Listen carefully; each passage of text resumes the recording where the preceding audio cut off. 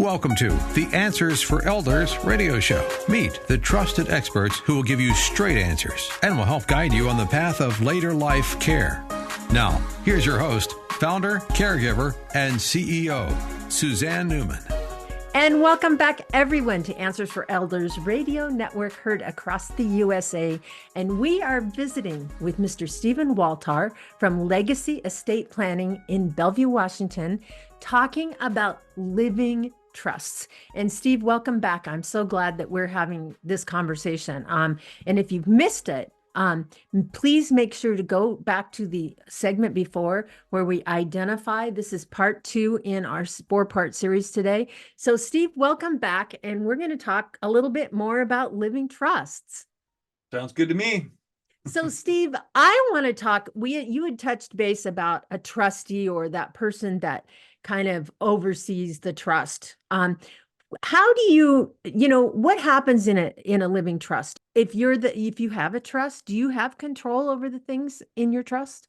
Yeah. So we need to just identify the 3 parties. The first is the trustor.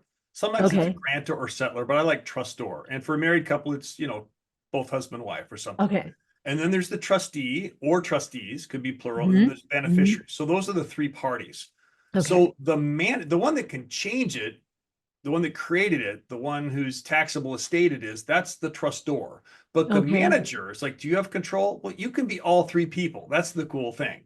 Yeah. So my wife and I can buy, sell, lease, transfer. We can, we have our condo in Sun Valley, Idaho in the trust, and our house, and my business, and all these things like that. So it's the trustees that have the authority, right? Right.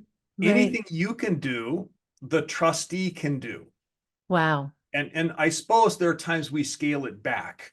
Maybe we scale it back to make sure that a trustee, especially a successor trustee, can't do as many things as possible. But as long as you're the trustee, why limit yourself? Okay.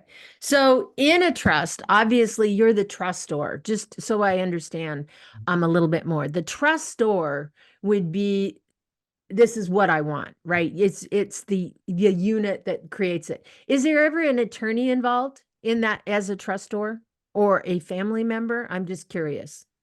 Well, the role of an attorney is to be the drafter and to guide things. Okay. I think we will get into that eventually, because sometimes people know that they're the trustee, but they don't feel comfortable with the children, or they don't have children. Got it.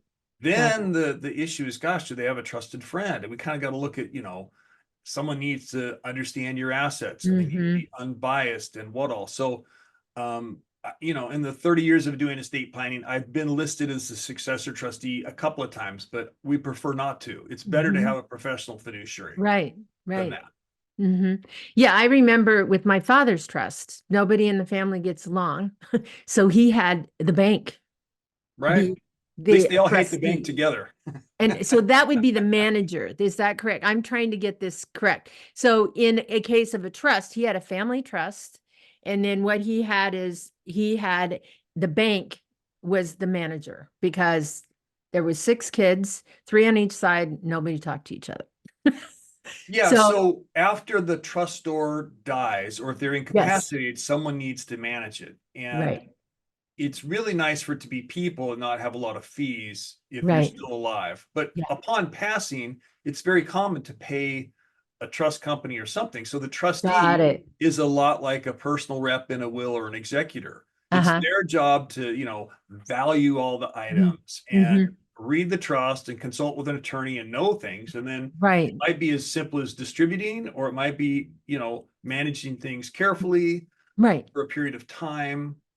So they're the fiduciary. They're wearing the hat that's the highest duty under the law. They're managing someone else's money. Yeah. And so the other question as I have is, let's say I'm going out of bounds here probably, but I really want to dive in. What if a married couple is together, and let's say the husband has everything in a trust, husband gets Alzheimer's or dementia.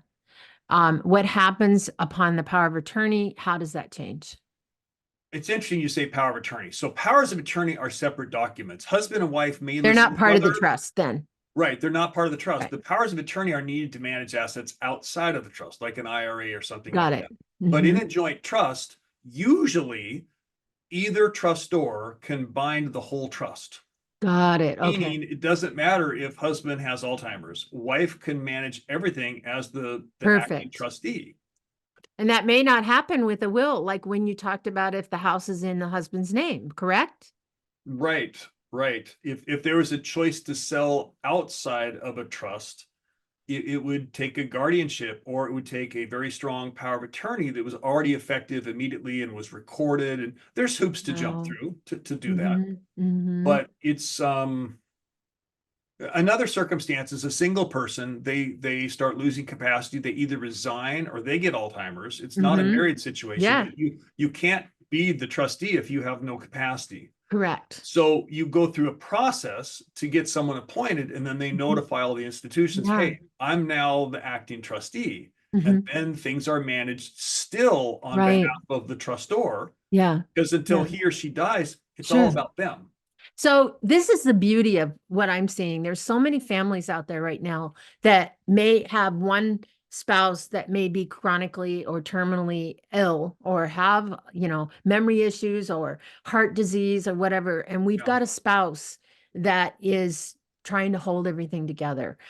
I've heard some horror stories of if they are not financially protected in that realm, that the wife, I mean, I've heard of a stepmother that had to leave the house because everything was in her husband's name from before they got married. I mean, I've heard these stories. It's like, really? Well, I that had goes no back to, I idea. think it was an earlier podcast, or maybe this, that trust Yeah. force you to take a look at title. And sometimes Yes. things are not even, things are not in both Right. names. And creating and funding a trust, you can go in with separate property and maintain it. That may be appropriate, but it may Hmm. be you just messed it up and you want things to be made community. So a Right. trust forces you to take a look at how you have things titled. That's amazing. And And it only also, works as good as it's funded, yeah, right? and also upon the death, there's no lag time like a probate, correct? It would just automatically transfer over, or the Well, benefit nothing's would. automatic, right? You have to prove Okay. death. You need to get Okay, someone yeah. appointed, but there's not the forced 4 month wait of a Right. contest period or a creditor claim period or things like that. You Right. don't have to have the forced wait. Well, that makes sense. So overall, when we're talking about these, obviously a great thing about the trust is not losing control, because you don't have a trust. In what situations besides what I talk about illness, situations also happen that if you don't have a trust, you could lose control? Hmm. I was thinking of the opposite. Okay. The one time you don't want a living trust is if what you're Okay. trying to do is qualify for Medicaid, because Oh everything yeah. in the trust is your asset. Mm-hmm. Even the credit shelter boxes in the trust they're not subject to creditors or divorce or taxes, but the state of Washington's a super creditor, so they could go after that. So for those clients, it might be a will with a special safe Right. harbor trust is a better tool. And Okay. that's an asset protection strategy. It's not like an incapacity management strategy. Right. So I would say from an incapacity management strategy, a trust is Uh-huh. just a stronger tool than a power of Uh-huh. attorney for managing Yeah. things. Yeah. It's So it's stronger. yeah. So Powers of then, attorney often don't work, and yeah. when a Yeah, obviously. trustee gets in problems with an institution, they just move the money because they're the legal owner, right? Yeah, exactly, Yeah. exactly. So obviously there's a time when both trustors pass away. Yes. What happens after that? Oh, I was going to get a drawing here and I don't see it. Okay. At least the color drawing. That's okay. So I guess this is where I'm going to talk. I think we're kind of talking about control. So Hmm. it's very easy to say, hey, when I'm gone, take all this toothpaste that I have, squeeze it out of the tube, and you get it. And so could your creditors or divorcing spouse. But you could also give trusts. So if we Interesting. remember the group of three, trustor, trustee, Mhm. beneficiary, if the Yes. trustor is gone and you have trustee and beneficiary, you can have asset protection. So many parents also Ah. give asset protection to their children. What they give in trust. Now, they may say the children can become their own trustees at some Hmm. point, Yeah. but it's a great way to take a look at, hey, you're a physician, you could be sued. Do you want things in trust? Yes, I do. I've already been divorced twice. Do you want to have some protection? Well, yes, I do. So there are a lot of ways to set up trust to go for the life of children or for the life of grandchildren to give asset protection, divorce protection, management protection. Yeah. And that's just all in the design. You don't have to do that, but you can have a lot of control during your life, upon your death, for your spouse, from estate taxes, and then for the children, grandchildren, etc. And you can give to charities, and that's fine as well. Yeah. You know, when you think about that, it's like, obviously, when you're trying to think about beneficiaries, how, you know, how your wishes are honored. I know that there's families that will say, I don't want to give all of my money at once to one person because they'll just blow it. Right. There's a way within the trust. Is there a way to set it up so that they get it in monthly allotments? How does, I mean, is that part of the function of the trust? Absolutely. I don't know if you can see the continuum, like outright versus in trust for life, or is it kind of staggered? Can the trust match what they earned, their W-2 income? It's a matter of creativity, you know? Yeah, right. I tell people when I give my initial consultations or my reviews, I'm going to have to ask some nosy attorney questions. I want to know about the kids and grandkids. Is there anything that keeps you up at night? And when they tell me about their concerns, then we design solutions to help solve that. That's amazing. And obviously now, and then that happens through trust management, whoever the trust company may be. Is that correct? And is that something you guys do together as far as with setting up a trust, or is that outsourced kind of a program? We do the design and the drafting and get something signed. But as far as trusteeship, we don't want to be that person, but we can be the trust protector. Got it.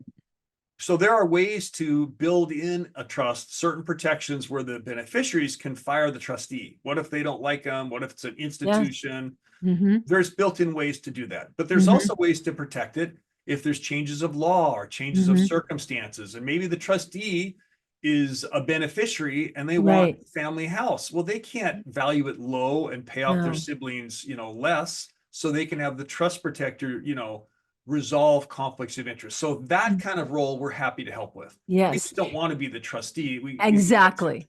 So obviously the first step is giving you guys a call. And I think if you mention this podcast, you guys will do a free consultation. Is that correct? That's correct. You bet. Fabulous. And so you can reach Stephen Waltar at his website at www.waltar, that's WALTAR.com, or his phone number is 425-455-6788. And we'll be right back right after this. We at Answers for Elders thank you for listening. Did you know that you can discover hundreds of podcasts in our library on senior care? So visit our website and discover our decision guides that will help you also navigate decision making. Find us at answersforelders.com.